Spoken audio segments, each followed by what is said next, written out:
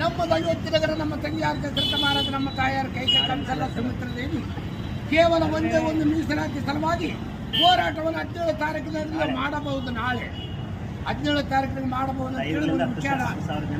ಈಗ ಕನಿಷ್ಠ ಅಂದರೆ ಒಂದು 8,000ರಿಂದ 10,000 ಜನರ ಸಂಖ್ಯೆಯನ್ನು ಸೇರುತ್ತದೆ. ಇದೇ ರಾಮ ಆಶೀರ್ವಾದದಿಂದ ನಮಗೆ ಕೇವಲ ಒಂದೇ ಒಂದು ಮೀಸಲಾತಿಯನ್ನು ಕೊಡಿ ಅಂತ ಹೇಳಿ ಸಿದ್ದರಾಮಯ್ಯ ಸಾಹೇಬರಿಗೆ ನಿಮಗೆ ಧನ್ಯವಾದಗಳು.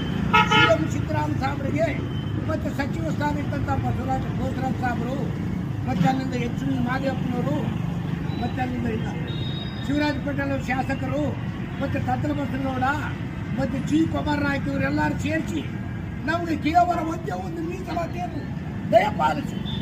ಇಲ್ಲವಾದರೆ ಬಿಲ್ಲುಬಾಡುಗಳು ತೆಗೆದುಕೊಂಡು ರಣರಂಗದಲ್ಲಿ ನಿಂತಿರ್ತಿದ್ವಿ. ಎಲ್ಲ ಸಮಾಜದವರು ಕೂಡಿ ಯುದ್ಧವನ್ನು ಮಾಡ್ತಿದ್ವಿ. ಇಲ್ಲವಾದರೆ ಯುದ್ಧವನ್ನು ಮಾಡಲಿ, ಆಗದಿಲ್ಲದ ಬಂದು ವಿದ್ಯೆಯನ್ನು ಮಾಡಲಿ. ನಾವು ಸದ್ಯ ಶೀತಲನ್ನು ಕಳ್ಕೊಂಡು ಟೆನ್ಷನ್ನಲ್ಲಿದ್ದೇವೆ. ಈಗ ಆವಾಗ 14 ವರ್ಷ ರಾಮನ ಮಾತು ಪಾಸಾಗಿರುವ 14 ವರ್ಷ ವನವಾಸಗಳು 18 ವರ್ಷ ಇದು ಆರ್ಸಿದ್ದು ಕಪ್ಪು ಎದ್ದಿದ್ದು ನಮ್ಮಿಂದ ಎಲ್ಲಿ ಯಾಕೆ